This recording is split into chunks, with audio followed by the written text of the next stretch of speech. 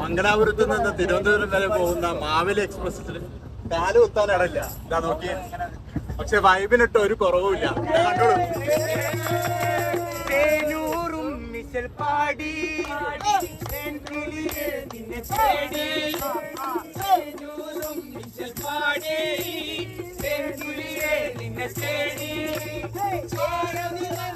ചാലിച്ചെഴുതിയ മഴവില്ലഴകോ നിന്റെ നിറങ്ങൾ ചാലിച്ചെഴുതിയ മഴവില്ലഴകോ നിന്റെ എന്നഴകല്ലേ എന്നയിലല്ലേ